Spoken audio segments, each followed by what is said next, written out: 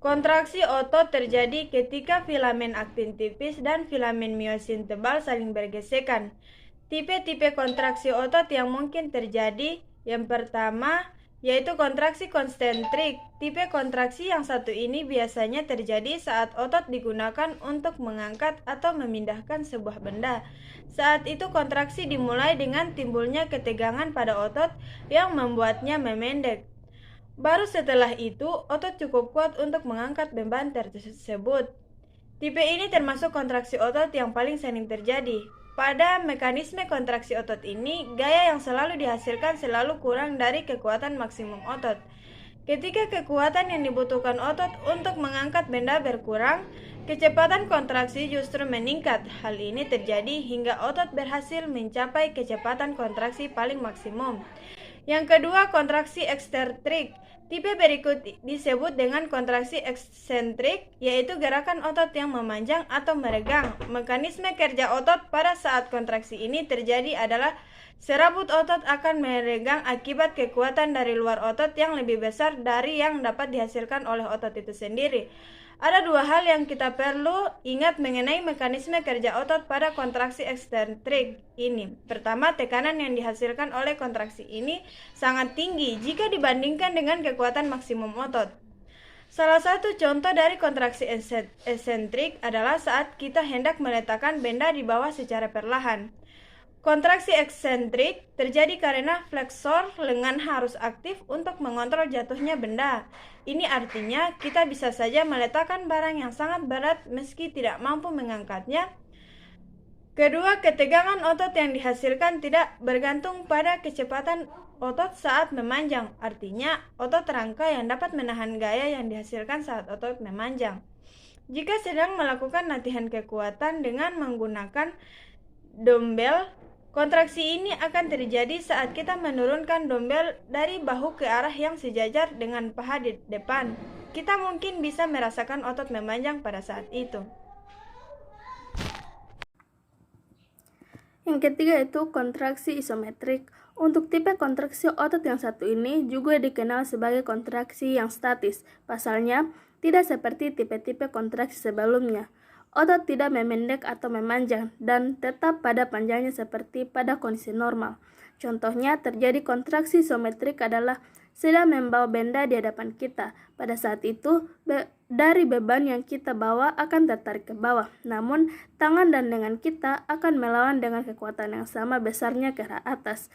Mengingat kita tidak mengangkat atau menurunkan lengan, otot biceps akan mengalami kontraksi isometrik. Kekuatan yang dihasilkan pada kontraksi isometrik akan sepenuhnya bergantung pada panjang otot saat terjadi kontraksi.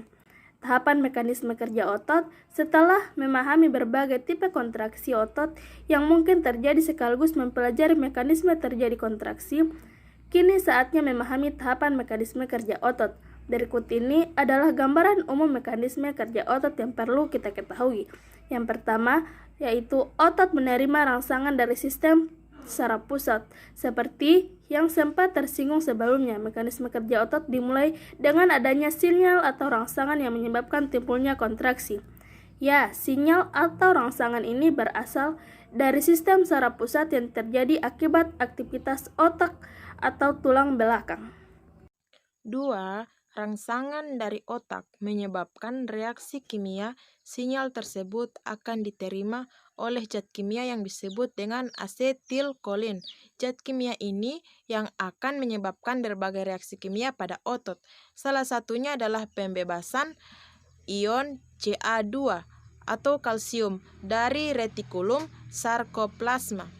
Tak hanya itu, menurut College of Agriculture and Life Sciences pada Texas A&M University, reaksi kimia ini juga akan merangsang pergerakan troponin dan triopomyosin dalam senyawa aktin dan myosin. Pergerakan ini memicu terjadinya kontraksi otot.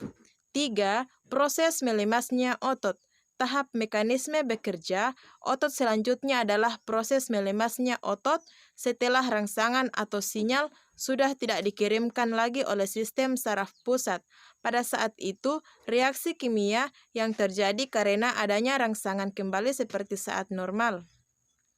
Dengan begitu, otot yang sempat berkontraksi atau memendek akibat reaksi kimia yang terjadi akan memanjang dan melemas. Meski begitu, mekanisme kerja otot bisa berbeda-beda dan tergantung pada jenis ototnya. Mekanisme kerja otot berdasarkan jenisnya terdapat 3 jenis otot di dalam tubuh manusia. Masing-masingnya mengalami mekanisme kerja otot yang berbeda-beda. 1. Otot lurik. Otot lurik adalah jenis otot yang bisa kita kendalikan secara sadar. Mengingat otot ini yang digunakan untuk bergerak, otot lurik juga dikenal sebagai otot rangka, yaitu otot yang melekat pada tulang. Oleh sebab itu, saat otot ini digerakkan, tulang yang melekat pada otot tersebut ikut bergerak.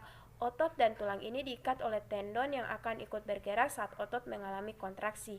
Yang kedua, otot polos. Sementara itu, otot polos merupakan jenis otot yang tidak bisa dikendalikan secara sadar. Otot polos ini bisa ditemukan pada organ dalam tubuh, seperti pembuluh darah, saluran pencernaan, saluran kencing, dan uterus. Mekanisme kerja otot ini terjadi secara otomatis, di mana otot akan berkontraksi secara perlahan dengan ritme tersendiri berdasarkan aktivitas yang terjadi pada tubuh kita. Yang ketiga, otot jantung. Sama halnya dengan otot polos, otot jantung juga tidak dapat Anda kendalikan secara sadar pergerakannya. Mekanisme kerja otot jantung pun terjadi secara otomatis sesuai dengan kebutuhan tubuh dan dengan ritme tertentu. Dari